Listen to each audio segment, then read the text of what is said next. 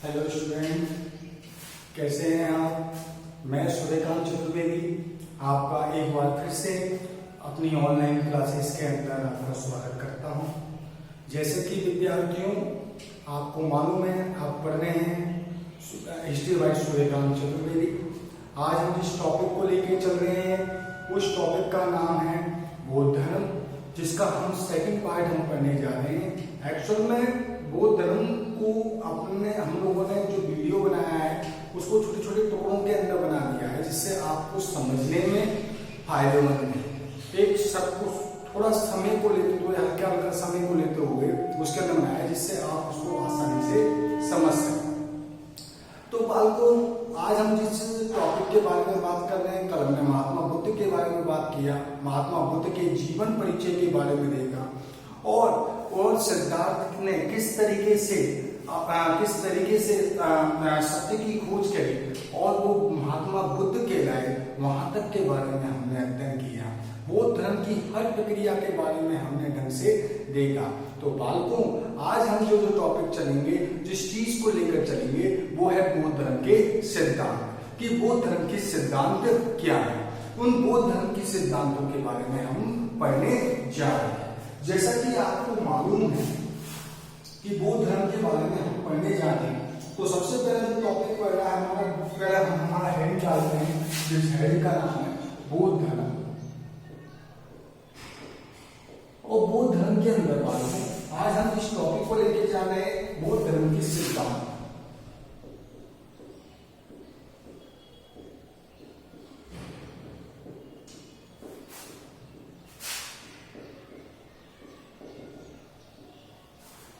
इनको आप चाहें तो बौद्ध धर्म के सिद्धांत कह सकते हैं, बौद्ध धर्म के उपदेश दे सकते हैं। महात्मा बुद्ध ने अपने जीवन काल के अंतर्गत जो उपदेश दिए हैं उनका संग्रहण किया गया। सामान्यतः देखा जाए बौद्ध धर्म के बारे में जो साहित्यिक स्रोतों के आधार पर हमको जो जानकारी प्राप्त होती है, तो वो महत्वपूर्ण जो रूप से जो ग्रंथ है उनको कहा जाता है त्रिपिटक। क्या कहा जाता है? त्रिपिटक। त्रिपिटक के अंतर्गत बेटा 3 पिटक आते हैं, विनय पिटक, अभिधम्म पिटक और सूत्र पिटक। अभी जो हम जिस टॉपिक के बारे में पढ़ रहे हैं वो है बौद्ध धर्म का के सिद्धांत के बारे में पढ़ रहे हैं। और बौद्ध धर्म के सिद्धांतों के बारे में विशद रूप से यानी कि मुख्य रूप से जो हमको जो जानकारी प्राप्त होती है वो किसके अंदर प्राप्त होती है? वो हमको जानकारी प्राप्त होती है त्रिपिटक के अंदर। किसके अंदर प्राप्त होती है? त्रिपिटक, यानी कि बौद्ध साहित्य के बौद्ध धर्म के ज्ञान की 3 टोकरियों को त्रिपिटक कहा जाता है, यानी कि अभिधम्म पिटक, विनय पिटक और सूत्र पिटक। ये तीनों की तीनों बौद्ध धर्म के ज्ञान की टोकरियां हैं, जिनसे हमको बौद्ध धर्म के बारे में जानकारी प्राप्त होती है। बौद्ध धर्म के ज्ञान का संग्रह इन तीनों पिटकों के अंदर किया गया है, जिन्हें सामान्यतः बालकों त्रिपिटक कहा जाता है। क्या कहा जाता है? त्रिपिटक कहा जाता है। आशा है मुझे कि आपको समझ में आ रहा होगा। तो इसको क्या कहा जाता है? त्रिपिटक कहा जाता है। तो सबसे पहले हम त्रिपिटक के इसके माध्यम से हम बौद्ध धर्म के सिद्धांतों को पढ़ते हैं। तो सबसे पहले हमारी जो बात करते हैं, हम उन चीजों के बारे में बात करते हैं।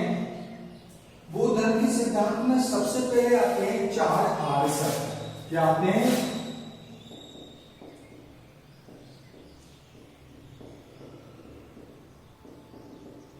4 आर्य सत्य। बौद्ध धर्म के सिद्धांत के रूप में क्या आते हैं? 4 आर्य सत्य आते हैं। इनमें अगर देखा जाए बौद्ध धर्म का सार इन 4 आर्य सत्यों के अंदर निहित है। बौद्ध धर्म का संपूर्ण सार जो है वो 4 आर्य सत्यों के अंदर निहित माना जाता है। इसके अंदर अगर देखा जाए, पहला है दुख।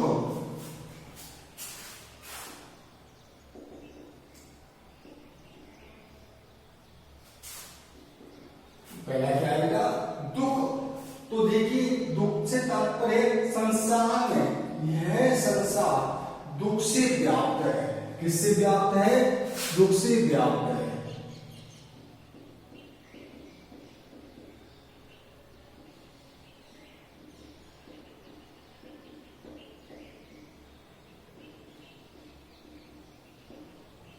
यह संसार किससे व्याप्त है? दुख। अगर देखा जाए समस्त संसार में दुख व्याप्त है। क्या व्याप्त है? दुख व्याप्त है। हर व्यक्ति दुखी है संसार में। हर व्यक्ति को देखा जाए तो दुखी, दुख सर्वत्र वह क्या देखता है? दुख देखता है। तो महात्मा बुद्ध ने कहा ये दुख, यानी कि संसार में पहले आर्य सत्य के अंदर हमको पता चलता है कि ये संसार संपूर्ण है। अगर देखा जाए संसार में सब जगह दुख व्याप्त है। अब देखिए दुख का कारण क्या है? ऐसा क्या कारण है कि दुख व्याप्त है? तो उन्होंने दूसरा अपना दिया है दुख समुदाय।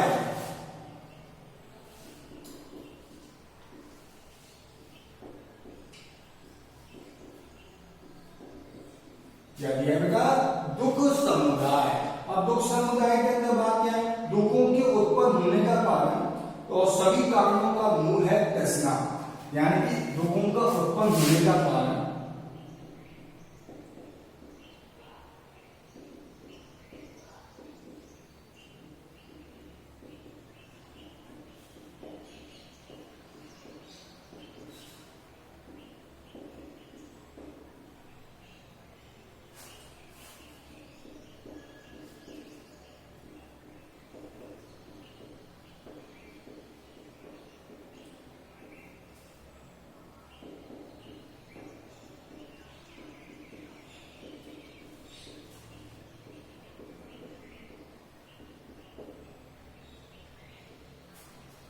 देखिए आगे बात की गई है दुख, यानी संसार में दुखों के उत्पन्न होने का कारण है और सभी कारणों का जो मूल है, सभी कारणों का अगर देखा जाए मूल की बात की जाए तो मूल क्या है? तृष्णा। ठीक है, संसार में सब जगह दुख है। ठीक है, दुख समुदाय पहला है, यह संसार दुख से व्याप्त है। किससे व्याप्त है? दुख से व्याप्त है। अगर देखा जाए सब जगह दुखी दुख है। हर व्यक्ति किसी से भी पूछोगे वो दुखी मिलेगा और संसार में सर्वत्र दुख व्याप्त है। और दुख का समुदाय दूसरा क्या है? दुख समुदाय। पहले कहा दुख, दूसरा है दुख समुदाय। अब दुखों के उत्पन्न होने का कारण क्या है? अगर पूछा जाए दुखों के उत्पन्न होने का कारण क्या है, तो सभी दुखों के उत्पन्न होने का कारण मूल रूप से क्या है? तृष्णा है। क्या है? तृष्णा, यानी कि लालच। प्रत्येक व्यक्ति के अंदर लालच व्याप्त है, तृष्णा व्याप्त है। जो व्यक्ति के अंदर तृष्णा होगी, लालच होगी, अगर देखा जाए हर व्यक्ति के अंदर सामान्य कोई ना कोई लालच रहता है। तो ये जो तृष्णा है, ये तृष्णा ही क्या है? मूल रूप से दुख का कारण है। किसका कारण है? दुख का कारण है। यानी कि पहला क्या है? दुख संसार में सब जगह दुख व्याप्त है। दूसरी बात की जाए दुख समुदाय, दुखों का उत्पन्न होने का कारण क्या है? कारण, और सभी दुखों का उत्पन्न होने का कारण का मूल क्या है? तृष्णा है। ठीक है, तो दुखों के उत्पन्न होने का मूल कारण क्या है? तृष्णा। यानी कि जब तक मन के अंदर ये तृष्णा उत्पन्न होती रहेगी, ये तृष्णा व्याप्त रहेगी हमारे अंदर, जब तक ये क्या रहेंगे? दुख व्याप्त रहेंगे। अब पूछा जाए अब भैया तृष्णा का अंत कैसे होगा, तो इसके बारे में बात की जाए तो यह दुख निरोध। तीसरा कौन सा आता है? दुख निरोध।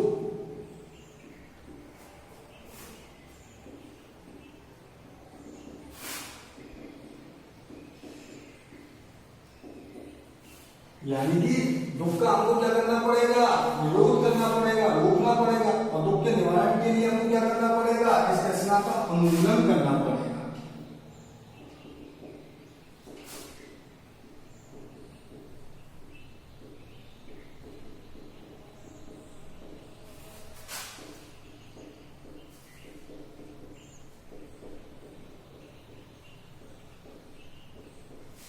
किसका उन्मूलन करना पड़ेगा?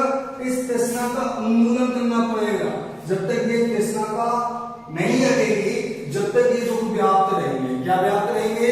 दुख व्याप्त रहेंगे। यानी कि दुखों के उत्पन्न होने का मूल कारण क्या बताया? समान को देखा जाए तो क्या बताया? तृष्णा बताया है। ठीक है, यह संसार में क्या है? दुख व्याप्त है। पहला है दुख। इस संसार में क्या व्याप्त है बेटा? दुख व्याप्त है। अब ये दुख समुदाय, दुखों के उत्पन्न होने का कारण क्या है? इन संसार में ये सब जगह जो दुख व्याप्त हो रहा है, इस दुख का व्याप्त होने का कारण क्या है? तृष्णा है। अब भैया तृष्णा है, इस तृष्णा को कैसे हल किया जाए, कैसे उन्मूलन किया जाए? तो दुख निरोध क्या हो गई, तृष्णा खत्म हो। तो दुख निरोध यानी कि इसके लिए हमको क्या करना पड़ेगा, तृष्णा का उन्मूलन करना पड़ेगा। अब दुख निरोध गामी प्रतिपदा चौथा हमारा कौन सा है,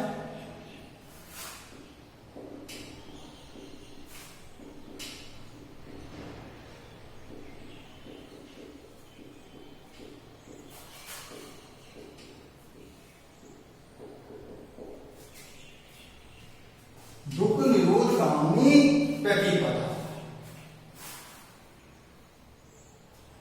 दुखों को निवारण करने के लिए, इस दुख को मतलब तृष्णा का निवारण करने के लिए महात्मा बुद्ध ने 8 मार्ग बताए। कितने मार्ग बताए, 8 मार्ग। इन 8 मार्गों पर चलते हुए व्यक्ति इस तृष्णा का अंत कर सकता है।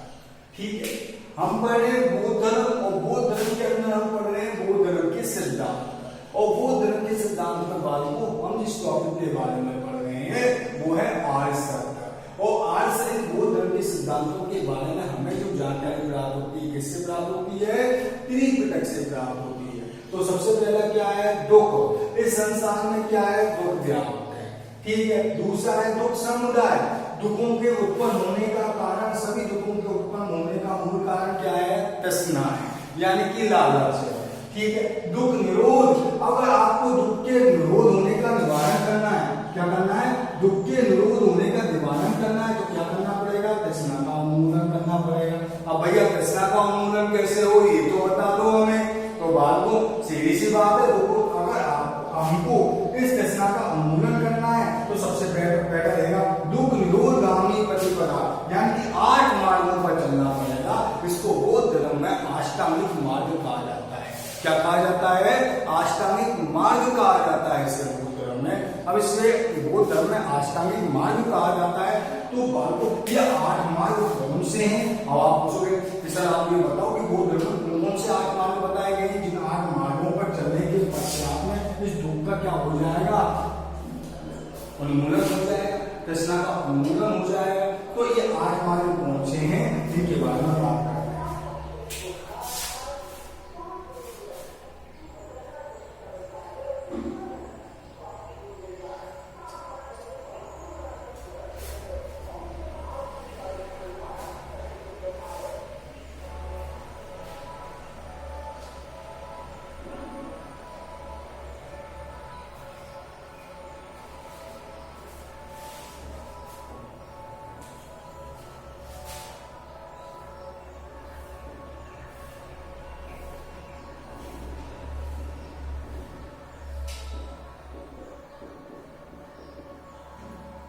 अष्टांगिक मार्ग कौन से मार्ग है, अष्टांगिक मार्ग। इन 8 मार्गों पर चलते अब दुख निवारण के लिए व्यक्ति को, महात्मा बुद्ध ने निवारण के लिए बुद्ध ने व्यक्ति को कितने मार्ग बताए, 8 मार्ग बताए। कितने मार्ग बताए, 8 मार्ग। महात्मा बुद्ध ने कहा है कि इस दुख को निवारण के लिए व्यक्ति को कितने मार्गों को अनुसरण करना चाहिए, 8 मार्गों का अनुसरण करना चाहिए, जिसके फलस्वरूप में तृष्णा का क्या हो जाएगा, उन्मूलन हो जाएगा। क्या हो जाएगा, उन्मूलन हो जाएगा।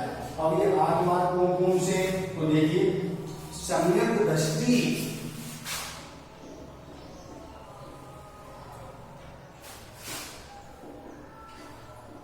पहला मार्ग कौन सा है, सम्यक दृष्टि। ठीक है, सम्यक दृष्टि। दूसरा है सम्यक संकल्प।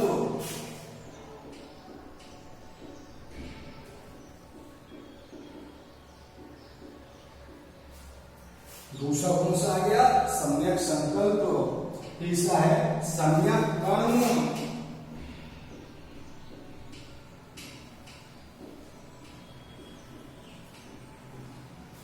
तीसरा कौन सा हो गया, सम्यक कर्म।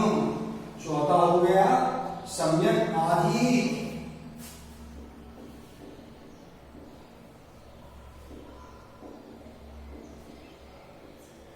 पांचवा क्या हो गया, सम्यक आदि। पांचवा है आपका सम्यक व्यायाम।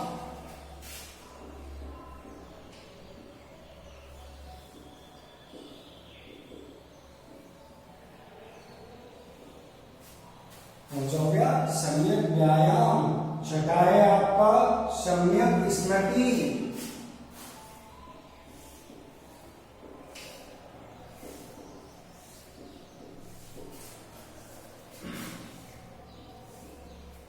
सातवां सम्यक स्मृति हो गया और सातवां है हमारा सम्यक समाधि। सम्यक दृष्टि, सम्यक कर्म, सम्यक संकल्प, सम्यक आजीव, सम्यक व्यायाम, सम्यक स्मृति, सम्यक वाक।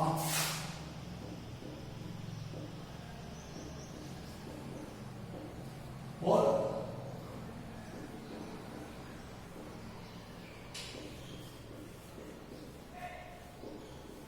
सम्यक समाधि। अब देखिए इन 8 मार्गों पर चलते व्यक्ति को क्या चलना पड़ेगा? 8 मार्गों पर चलना पड़ेगा।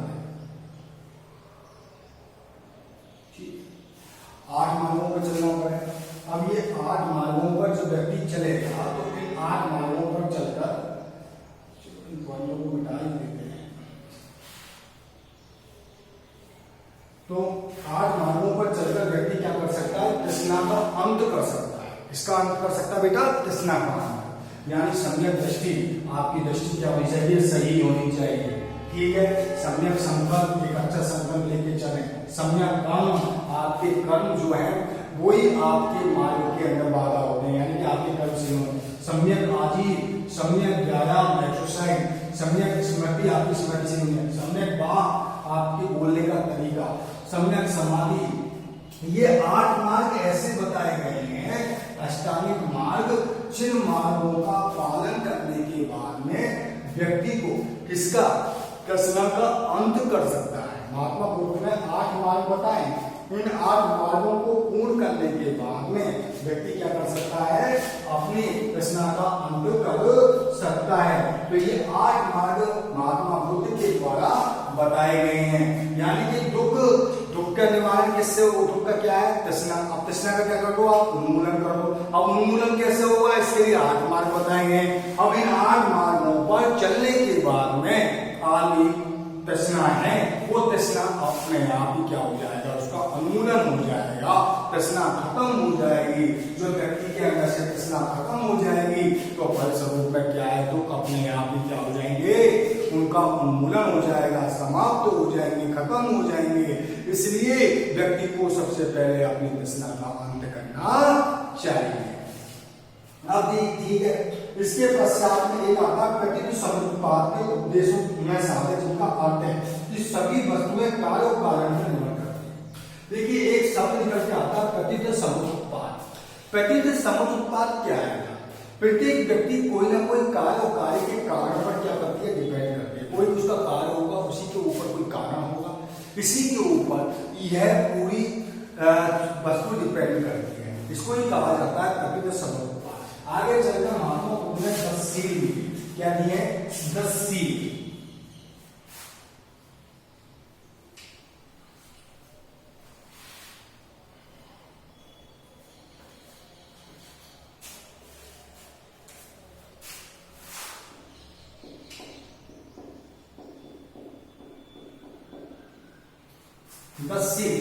अब 10 सील कौन कौन से, उनके बारे में देखते हैं। 10 सील बुद्ध ने निर्माण प्राप्ति के लिए सदाचार तथा नैतिक के जीवन का बल दिया। इसके लिए उन्होंने 10 सील का पालन करने की बात की। उन्होंने कहा अगर आपको निर्माण प्राप्त करनी है तो नैतिक नियम के उन्होंने 10 नियम बताए और उनके ऊपर चलकर आपको क्या प्राप्त कर सकते हैं? आप निर्वाण को प्राप्त कर सकते हैं। इन्हें कहा जाता है बेटा 10 सील। क्या कहा जाता है? 10 सील। इन 10 सील के अंदर जो सबसे पहले है वो है अहिंसा।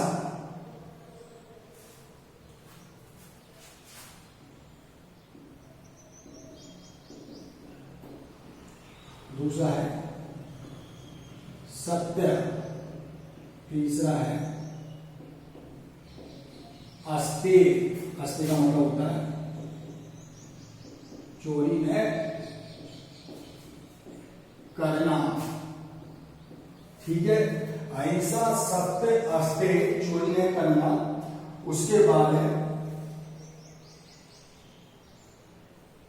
धन का संचय न करना।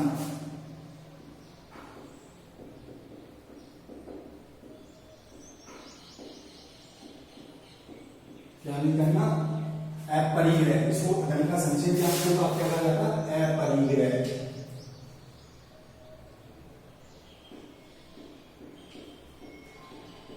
इसको इस शब्द के माध्यम से कह सकते हैं अपरिग्रह।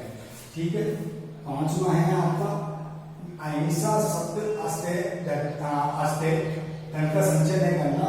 और पांचवा आपका आता है व्यभिचार नहीं करना।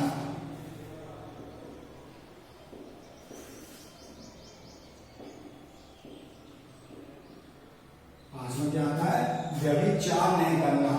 उसके पश्चात आपका छठा आता है असमय भोजन नहीं करना।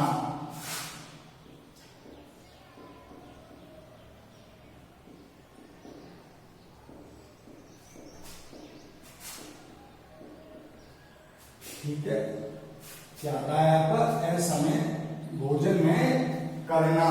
उसके पश्चात सातवां है आपका कोमल शैया का त्याग।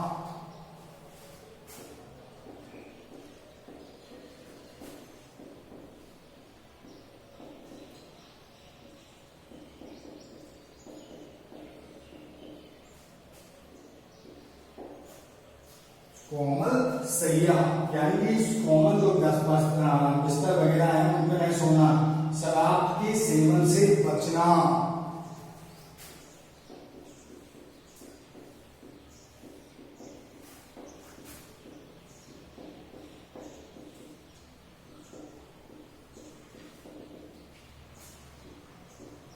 शराब के सेवन से बचना।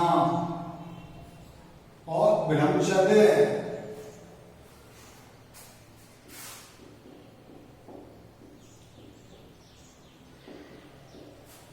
पहुंचा है ब्रह्मचर्य का पालन करना। और दसवां है आपका नृत्य गान माला सुगंध से परहेज।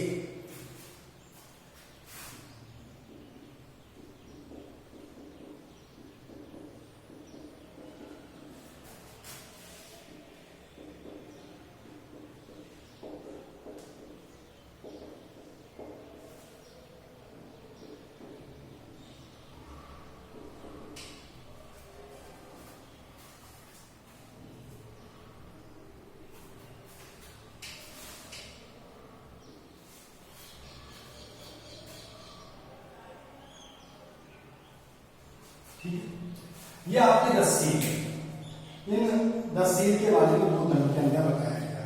पहला है अहिंसा, किसी जीव को हिंसा ना पहुंचाना।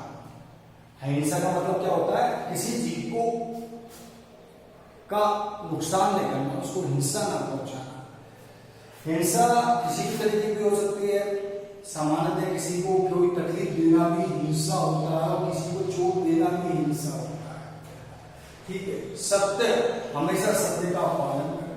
वास्ते चोरी नहीं करना। धन का संचय नहीं करना यानी अपरिग्रह। व्यभिचार न करना। असमय भोजन नहीं करना। कोमल शैया का त्याग करना, क्योंकि कोमल शैया का मतलब आराम जितना लोगे उतना शरीर क्या होगा, खराब होगा। शराब का सेवन नहीं करना से बचना। और शराब के सेवन से बचना यानी कि शराब का सेवन, अगर इसको कहा जाए तो हम कह सकते हैं शराब का सेवन न करना। क्या हो गया, शराब का सेवन न करना। ठीक है, ब्रह्मचर्य का पालन करना। और उसके पश्चात नृत्य गान माला सुगंध से परहेज करना। ये 10 सील हैं जिनको निर्णय करने के पश्चात में व्यक्ति के जीवन के अंतर्गत परिवर्तन आता है और नैतिक जीवन पर क्या किया है, उसके नैतिक जीवन के अंदर सुधार होता है। तो महात्मा बुद्ध ने अष्टांग मार्ग के बाद में 10 सील भी बताए हैं। इन 10 सीलों का पालन करने के बाद में व्यक्ति के नैतिक जीवन में क्या आता है, परिवर्तन आता है। तो ठीक है बेटा, आज हमने जो पढ़ा बौद्ध धर्म के सिद्धांतों के बारे में पढ़ा। और बौद्ध धर्म के सिद्धांत के बारे में पढ़ने के बाद में हमारे पास में कल एक नया टॉपिक लेके आएंगे आपके सामने, जिस टॉपिक का नाम है बौद्ध धर्म के बारे में हम और जानेंगे। आज हमने बौद्ध धर्म के सिद्धांत के बारे में पढ़ा। बौद्ध धर्म के संप्रदाय जो है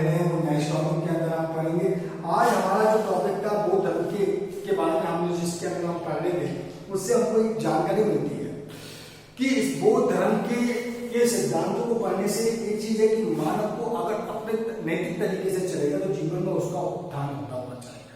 तो बालकों, देखो आशा है कि आपको ये टॉपिक समझ में आया होगा।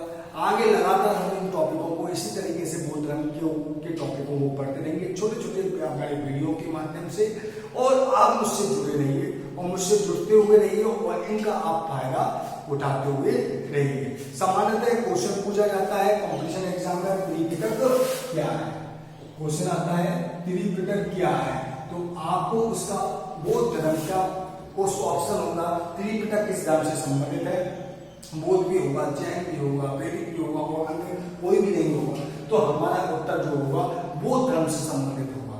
तो देखिए आप मेरे से जुड़े रहिए और नए नए क्वेश्चनों के साथ में आपको और भी अधिक लाभ प्राप्त होता हुआ चलेगा। आज के लिए बस इतना ही, मिलते हैं नेक्स्ट वीडियो में एक नए आपके इसी के सब टॉपिक के अंदर एक नए बिंदु के साथ में, बौद्ध संप्रदाय के साथ में। आज मुझे आज्ञा दीजिए, बाय।